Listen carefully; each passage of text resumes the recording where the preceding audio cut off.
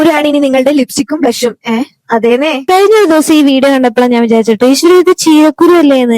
വള്ളിച്ചീരയിൽ ഉണ്ടാകുന്ന ഒരു തരം കുരു കേട്ടോ.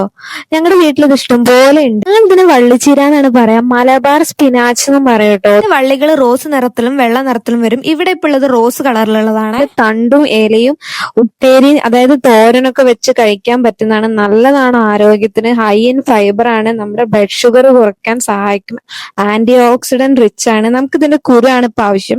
ഈ കുരുവിന് കണ്ടോ നല്ല പിഗ്മെന്റഡ് ആണ് ഈ കുരു നമുക്ക് നേരത്തെ വീഡിയോയിൽ കണ്ട പോലെ ഒന്ന് ട്രൈ ചെയ്ത് നോക്കിയാലോ.